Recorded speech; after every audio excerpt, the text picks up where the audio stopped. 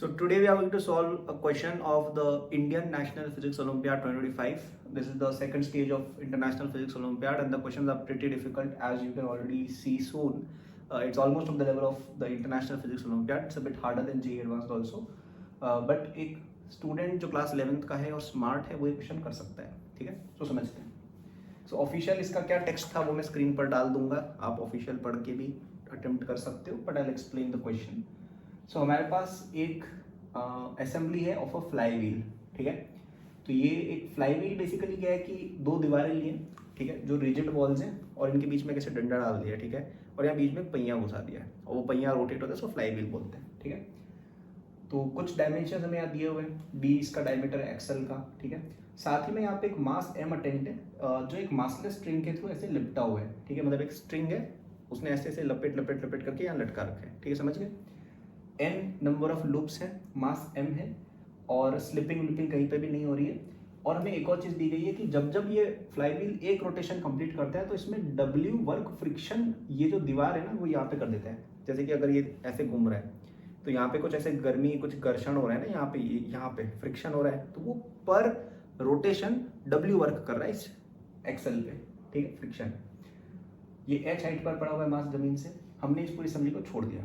ठीक है, तो क्या होगा, आप पहली बात सोचो, तो मास एम नीचे आएगा ग्रेविटी की वजह से, तो ये स्ट्रिंग स्लिपलेस तरीके से इसको रोटेट करेगी. ठीक है, रोटेशन करेगी तो ये डब्ल्यू वर्क इस पर कुछ होगा और ये सिस्टम नीचे आता जाएगा नीचे आता जाएगा नीचे आता जाएगा. एक समय ऐसा आएगा जब ये मास यहाँ पे आ गया, ठीक है, और फिर यहाँ से टकरा जाएगा.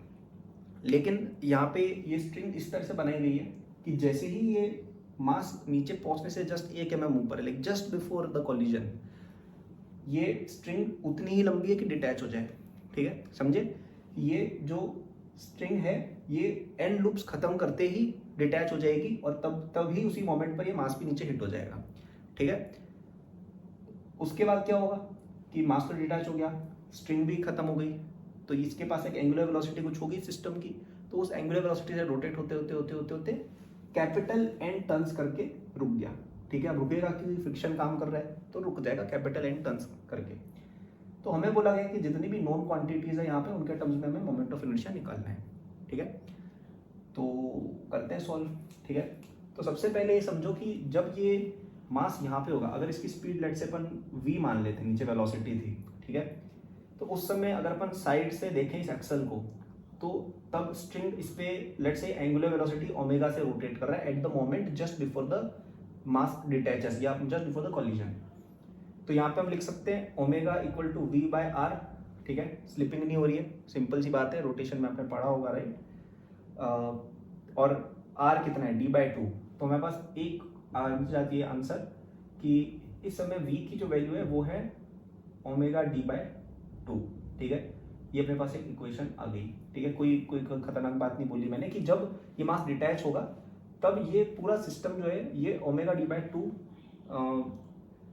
सॉरी ये v की जो वैल्यू है तो वो ओमेगा डी बाय 2 की. Omega is the angular velocity of the system just after the collision या जस्ट आफ्टर द डिटैचमेंट या just before the detachment. Okay, तो अब एक और चीज अपन यूज कर सकते हैं, हम यूज कर सकते हैं एनर्जी कंजर्वेशन. हालांकि एनर्जी कंजर्व नहीं हुई फ्रिक्शन है, लेकिन अगर हम वर्क डन बाय फ्रिक्शन को इंक्लूड कर लें तो हम एनर्जी कंजर्व कर सकते हैं, प्रोवाइडेड हम टोटल एनर्जी में से work done by friction reduce कर दें. राइट, इसको आप फर्स्ट लॉ ऑफ थर्मोडायनामिक्स या आप इसको ऐसे देख सकते हैं, वर्क एनर्जी थ्योरम की तरह देख सकते हैं. ठीक है, तो टोटल एनर्जी बिफोर कितनी थी अपनी, इस स्टेट और स्टेट को कंपेयर करते हैं. तो पहले थी mgh, अगर इसको अपन 0 माने पोटेंशियल को, तो यहाँ पे mgh थी. फ्रिक्शन ने वर्क किया है कितना, स्मॉल n इंटू डब्ल्यू, क्योंकि n रोटेशन जो है हर रोटेशन में w वर्क हो रहा है. ठीक है, तो यहाँ से यहाँ आने में n इंटू डब्ल्यू वर्क अपना हो चुका है.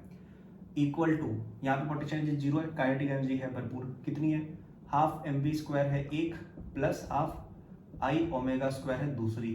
ठीक है, समझ गए, हाफ आई ओमेगा स्क्वायर और स्पीड इसमें होगी यहाँ पे इस समय, क्योंकि ये रोटेशन की अगर अपन आई मान रहे हैं सिस्टम की तो I omega square rotational kinetic energy हो जाएगी. ऑलराइट, ये अपने पास एक और इक्वेशन है.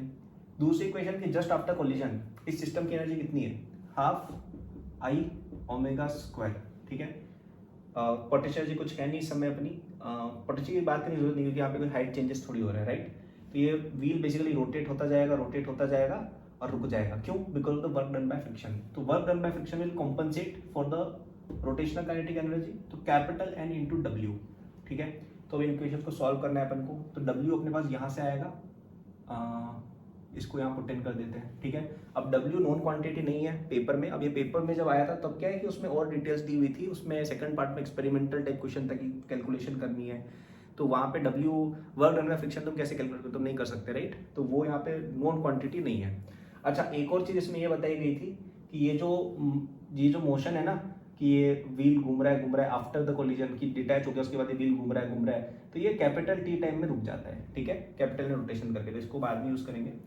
तो ये W अगर अपन यहाँ पटकें तो क्या आ जाएगा, mgh minus half mv square equal to half I omega square plus n times I omega square by 2 capital N, ठीक है, कुछ नहीं किया, इसको यहाँ पे डाला है, ठीक है, कैलकुलेशन हाँ सही है। तो इससे हमारे पास, अच्छा अब हमारे पास V का एक्सप्रेशन और W के टर्म्स में, ठीक है, ओमेगा के टर्म्स में, ओमेगा हम बाद में निकालेंगे, लेकिन एक बार हम ओमेगा के टर्म्स में लिख देते हैं।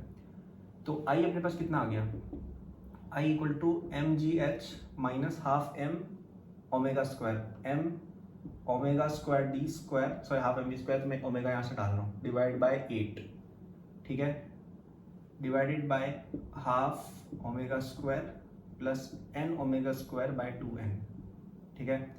इसको थोड़ा अगर अपन सिंप्लीफाई और करना चाहें, ठीक है, तो इसको ऐसे लिख सकते हैं, mgh अपॉन, इसको 2 को ऊपर ले लो, omega square 1 plus n by capital N, ठीक है, माइनस 2 को ऊपर ले लिया मैंने, m और यहाँ पे ओमेगा कट जाएगा, ठीक है, mb square upon 4 times 1 plus n by n, ठीक है। तो ये अपना मोमेंट ऑफ इनर्शिया आ गया, और आई थिंक इसका जो फाइनल सोल्यूशन देखेंगे उसमें भी यही आंसर इसका दिया हुआ है। अब इसमें ओमेगा का लेकिन थोड़ा लफड़ा है, हमें ओमेगा नहीं पता है, तो ओमेगा हम कैसे फाइंड कर सकते हैं।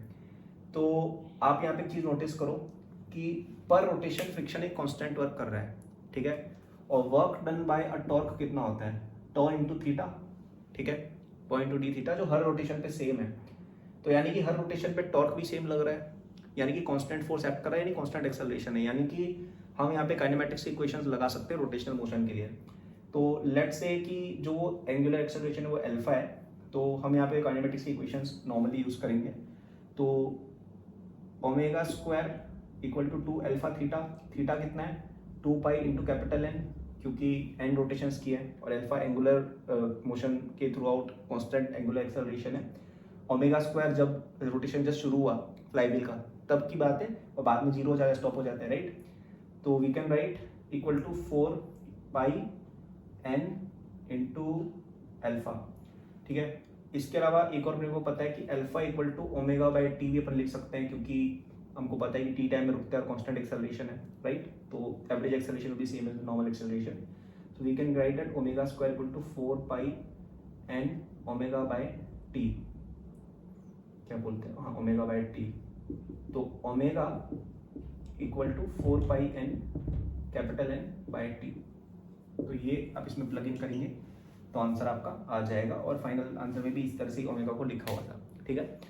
सो काफ़ी इंटरेस्टिंग क्वेश्चन था ये, इसमें 2-3 काफ़ी नॉन कन्वेंशनल चीज़ें यूज हुई हैं जो यूजुअली जेईई एस्पिरेंट्स इग्नोर कर सकते हैं, और ये question it's a prime question which can come in JEE advance, मतलब इस तरह का क्वेश्चन जेईई एडवांस में काफ़ी आने के चांसेस हैं एक्चुअली। सो यहाँ पे एक तो वर्क डन बाय फ्रिक्शन वाली चीज़ थोड़ी यूनिक थी, ये चीज़ यूजुअली जेईई वाले बच्चे नहीं करते हैं कि वर्क डन बाय फ्रिक्शन को इंक्लूड किया और उसको यूज करके कंजर्वेटिव एनर्जी कंजर्वेशन या work energy theorem whatever you want to say वो हमने किया है, ठीक है। So that is one thing.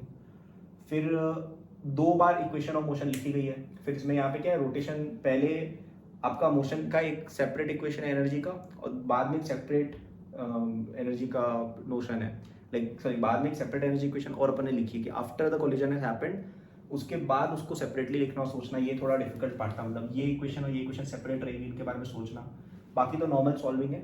और ये वाला पार्ट भी ठीक है, अगेन इसमें इतना क्लियरली नहीं दिया हुआ था कि ये कांस्टेंट एक्सेलरेशन रहेगी, वो आपको खुद सोचना था, which is the different part about olympiads, ठीक है. So it's a very neat question, very good question, JEE के रिलेवेंट क्वेश्चन.